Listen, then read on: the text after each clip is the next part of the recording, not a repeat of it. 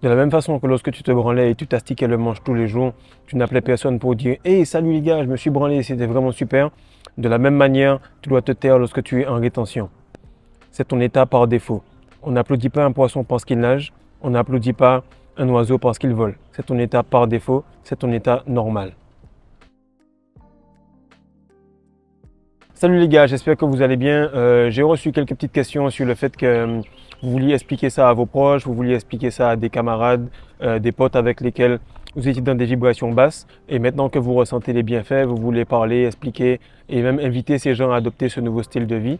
Je vais vous expliquer en quelques points pourquoi il ne faut pas le faire et de quelle façon il faut le faire si vraiment vous voulez le faire. Alors la première chose en fait, c'est que tu te sens heureux, tu as une poussée de dopamine, tu te sens vraiment content, la confiance en toi que tu n'as pas senti depuis très longtemps, ben, tu la retrouves. Du coup, tu as envie de partager ça. Pourquoi? Parce que lorsqu'on aime quelqu'un, on veut qu'il se sente bien. Et comme tu aimes tes potes, du coup, tu te dis, ben, je vais leur dire ce qu'il y a et automatiquement, on va tous être ensemble, on va tous être heureux. Mais la réalité n'est pas comme ça. Le plus souvent, lorsque tu vas aller vers ces personnes-là, elles vont directement te dire non. Pourquoi? Parce qu'elles ne sont pas dans le même parcours. Toi, peut-être que tu es en train de t'élever, peut-être qu'elles se remettent en question, elles sont dans une phase complètement à l'opposé de ce que tu fais. Donc, aller les voir directement et leur proposer cela, c'est comme de l'agression quasiment pour elles. Alors, comme je viens de le dire, le deuxième point, c'est qu'ils vont te répondre directement non. Pourquoi? Parce que lorsque, par exemple, tu es en vente, tu prends comme information que le client, il est déjà négatif. Il te dira déjà non. Pourquoi? Parce que de un, il ne te connaît pas. De deux, il est avec la compagnie opposée. Et de trois, il n'avait jamais pensé acheter quoi que ce soit aujourd'hui. Et lorsque tu communiques avec quelqu'un, en fait, tu lui vends quelque chose. Lorsque tu lui dis, oh, il y a tel film qui est sorti, c'est vraiment cool, etc., tu lui vends quelque chose. Mais lorsque tu parles de quelque chose comme la religion, l'argent, la politique, les orientations sexuelles, alors là, tu touches à quelque chose de sensible et du coup, peu importe ce que tu veux vendre, ça ne va pas passer de la même manière que si tu veux leur proposer quelque chose de banal.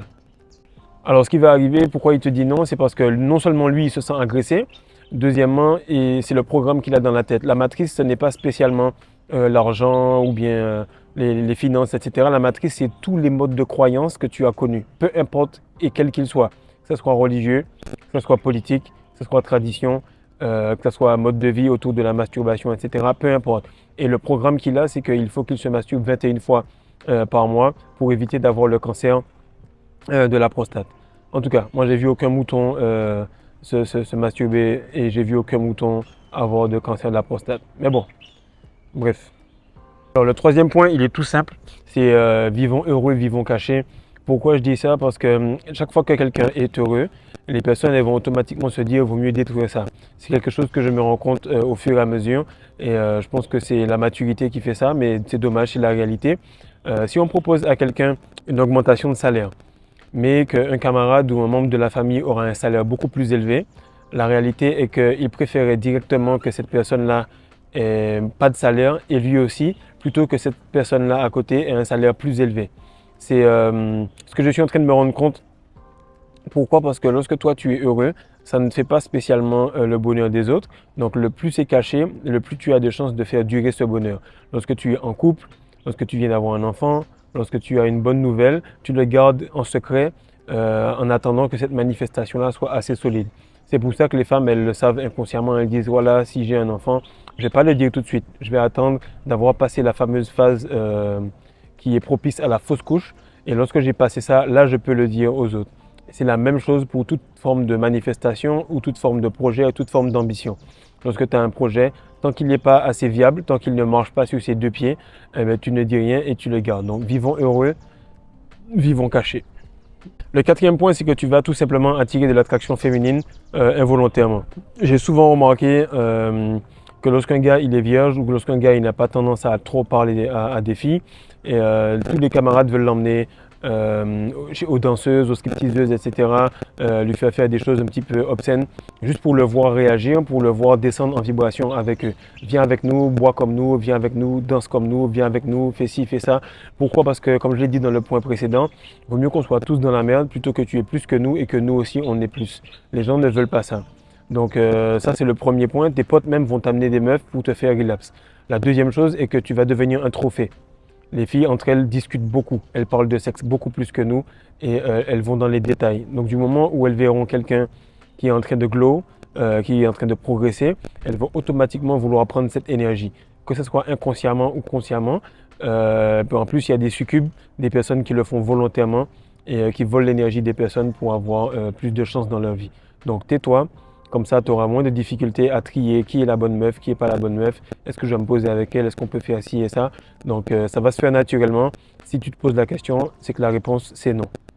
Le cinquième point, en fait, c'est que lorsque tu fais un projet, lorsque tu fais quelque chose, tu as un objectif ou un changement de plan alimentaire ou peu importe, lorsque tu racontes ça, ton cerveau pense que tu l'as déjà accompli à un certain pourcentage. Donc, il relâche de la dopamine, hormone de plaisir, il est tout heureux. Et en fait, il enlève toute la partie qui va te procurer de l'agressivité pour te mettre dans l'effort. Tout ce qui va t'empêcher d'être attentionné pour ne pas relapse.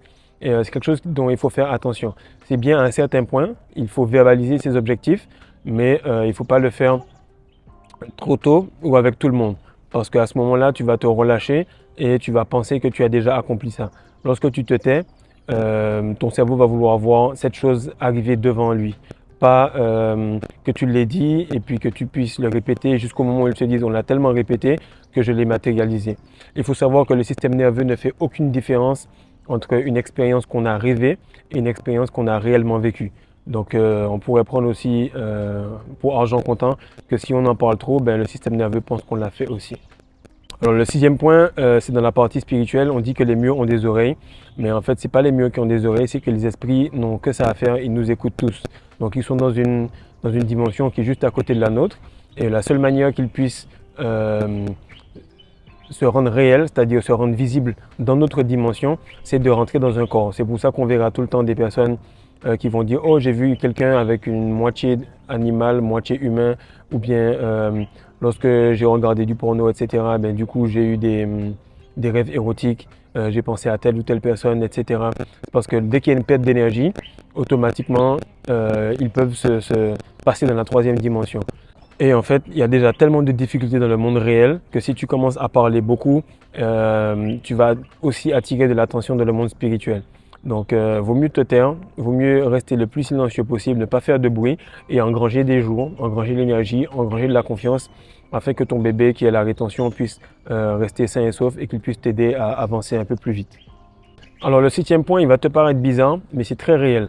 J'avais partagé une vidéo où j'ai mis que la troisième guerre mondiale est une guerre spirituelle et c'est vraiment réel.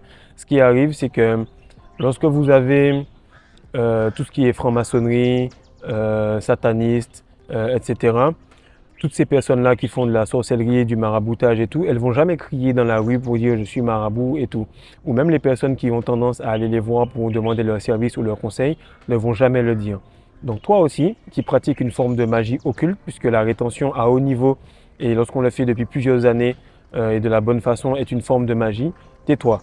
Tais-toi sur ce que tu fais, parce que c'est une guerre spirituelle, c'est une guerre silencieuse, et le moins de bruit tu feras, le plus d'effets de surprise tu pourras avoir lorsque tu seras assez fort pour les combats en face à face. Donc les gens déjà, ils le savent, ils le sentent, et moi je sais que lorsque je suis près de quelqu'un qui fait de la sorcellerie ou du maraboutage, ou qui est tout simplement même possédé, je le ressens et ça devient clair et tangible. Je le vois dans son regard, je le ressens dans son énergie. Donc le plus loin tu vas, le plus calme et silencieux il faut que tu sois parce que même tes pensées vont faire du bruit.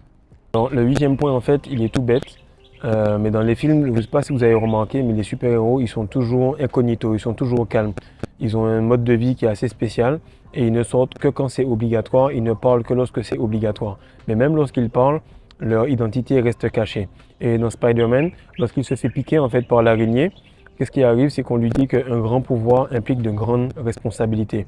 Tu vas remarquer que plus tu vas loin en rétention, plus tu es responsable quasiment de l'ambiance dans une soirée, tu es responsable des différentes communications dans ta famille, tu es responsable de l'énergie qu'il y a. Il suffit que toi tu sois dans un mauvais mood, toute la famille est dans un mauvais mood, même s'ils sont loin. Alors c'est vraiment important de te taire. Pourquoi? Parce que déjà que tes pensées sont vraiment électromagnétiquement chargées, donc lorsque tu vas en plus parler de ça, tu vas faire la pluie et le beau temps. Donc très important, il faut apprendre à rester silencieux et à bosser plus que tu ne parles.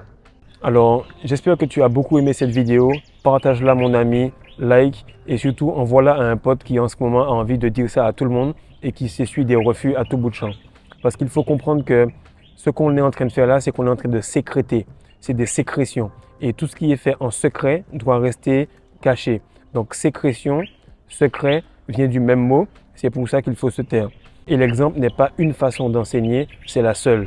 Donc si tu veux être un grand leader, si tu veux faire les choses comme il faut, comme Gandhi l'a fait, vu que lui, il était un grand adepte du Brahmacharya, qui est à dire la rétention séminale en Inde, eh bien, il s'est tu et il a enseigné par son exemple. Donc fais de même. Parce que plus tu seras content, plus tu auras le glow, plus tu vas avoir de l'arrogance. Et il faut savoir que l'humilité précède la gloire, mais l'arrogance précède la chute. Peace.